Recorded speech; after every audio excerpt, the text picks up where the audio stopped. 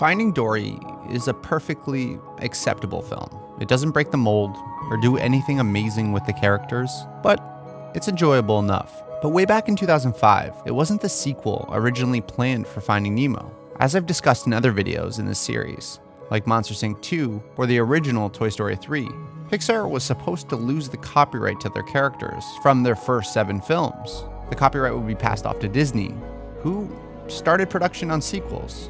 For the full history on this, check out my video on the Monsters Inc. sequel that we never got. Well, this is one of those sequels that we never got. The Finding Nemo sequel. Creatively enough, it was called Finding Nemo 2, and they actually had a fully completed script. Laurie Craig wrote the script, and it roughly follows the same format as the original. In the sequel, Marlin would get captured, so Dory and Nemo would attempt to find him. The difference is that Dory eventually would get her full memory back, and they would actually be joined by Nemo's brother. Yes, a long-lost brother of Nemo. They would travel across the ocean, similar to the first movie, and interact with polar bears and dolphins and everything else in between. Of course, the script never made it anywhere, meaning we have no concept art or any other details, but this description gives us something to go on. I mean, it's an interesting script. We see more of the world, we see new characters, we have someone join the family, a new long-lost brother for Nemo, but it seems to be overcomplicated. Like, Marlin does not need to be captured. I mean, the long-lost brother is the story, if you ask me. Okay, so just like every other video I've done in this series, I kind of put my own spin on the story. Now, we don't have a lot to go on in this circumstance, but here's how I would have done it. This series, the Finding Nemo series that is, it's about family and finding family. So let's start off with the first scene from Finding Nemo, but from a different perspective. We see the first scene, but we're focused on the eggs. We only hear voices in the background. We hear Marlin and his wife talking, until we hear a crash and everything goes black. And as the dust settles, we see an egg sitting there. We see Marlin coming to find the egg, as he does in Finding Nemo. He's slowly coming closer and closer to grab the egg, and then he just stops and picks up a different egg. We hear him say again, "I promise I will never let anything happen to you, Nemo." This other egg just sits there. The camera circles around to see that it's at the edge of a cliff, and we watch in the opening sequence that it drops off.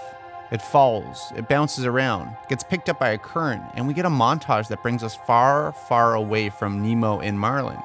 As it finally settles, a little clownfish squirms out, rubs his eyes, and stares at the massive ocean in front of him. The rest of the plot would continue much like Finding Dory.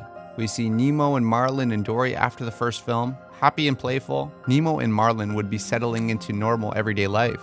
Nemo heads to school, and that day he has a guest speaker, an older fish with faded colors now, talks about the other side of the ocean, where the cold creeps into your bones, and the water is filled with giant icicles that all of a sudden come crashing down into the ocean. He talks about these stories in such a dramatic way, and the kids listen in. It isn't until after the story that all the other kids go to play, and Nemo stays behind to talk to him. He overhears the teacher talking to the old fish about how hard his life must have been. The older fish shrugs it off and says it's nothing compared to other fishes he's met. Others orphaned, pulled from their homes and their families. He even interacted with a little fish who started as an egg, right from his home, and started life with no one. A little clownfish. The old fish turns around and sees Nemo and says, "Looks almost exactly like this boy." And Nemo's eyes light up. He's not alone. More of his family is out there. He questions the old man with increased excitement until he comes home. Hard cut to Marlin saying no. What are the odds? There's not even a chance. It's too dangerous. Nemo says, "Imagine if it were me, alone on the other side of the ocean, without family. Could you imagine being there, thinking your family has abandoned you? Don't you want to know?" Dory finally chimes in, and they both convince him to set out on a big adventure to find the long-lost brother. Marlin overpacks for the trip, but they travel north, and they meet characters from all walks of life. Polar bears, penguins, and as it gets colder and colder, they seem to struggle more and more with the climate, the uncertainty, and the creatures that populate the ocean. Now, I don't want to go into too much detail, but it eventually gets to the point where all hope is lost, and they're cuddling for warmth. Finally, we see a little fish come to save them. We see from Nemo's perspective, as his eyes open slightly, he's in a cave, and there's a little clownfish staring him directly in the face.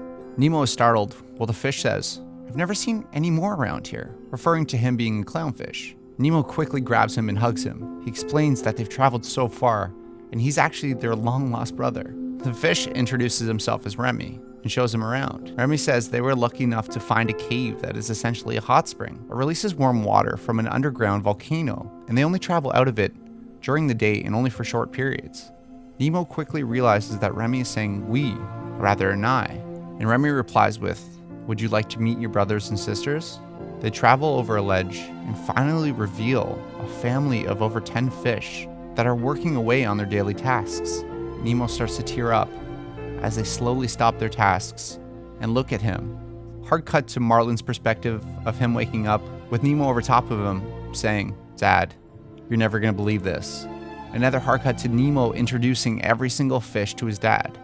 Dory's ecstatic. She's mispronouncing every single name, shaking every hand. Marlin is in disbelief and doesn't even get full sentences out. After they are finished, Marlin stands back, and as they gather in front of him, Marlin's getting choked up. We expect him to be excited, but he says while breaking down, "I'm so sorry. I'm so sorry I didn't find you. I should have looked harder. I should have searched further." As he's saying more and more and breaking down more, the kids slowly pile in one by one, saying, "It's not your fault." Cut to them sitting around, and just like that opening sequence, we saw that little clownfish open its eyes and see the ocean all around. He saw his brothers and sisters too. They explained that they survived because of each other, that they formed their own family and relied on each other, and always knew someone was out there looking for them. So they waited. They waded down that current, and they survived until someone came looking for them. We dissolve to an overhead shot of them all cuddling while sleeping. We see Marlin get up in shock. "What time is it?" he says. Cut back to reveal they are back in Nemo's house, and Marlin's struggling to get out of bed with all the kids sleeping on top of him. He starts waking each of them up by name. They race out of the house while Marlin is rushing to get everyone ready. Marlin goes to the door to say goodbye, and they all come back one by one for a hug. Marlin smiles as they go off to school and says to himself, "We're gonna need a bigger house."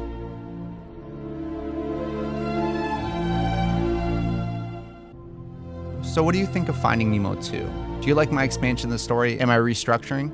Or do you prefer Finding Dory and think I kind of made it worse? And as always, thank you to my patrons, Adam Gray, Jeremy Jacobs, Jenny Edwards, Jeremy Robson, Gabe Marchand, Trevor Cowan, Gunnar Lakeland, Colleen West, Gerard Galifa, Estet Hamzaj, Marco Perry, Roland, Ada McShane, Shalon Hudson, Kieran Hunt, Joris Konanen, and Brandon Warner. Thanks for watching, and I'll see you in the next video.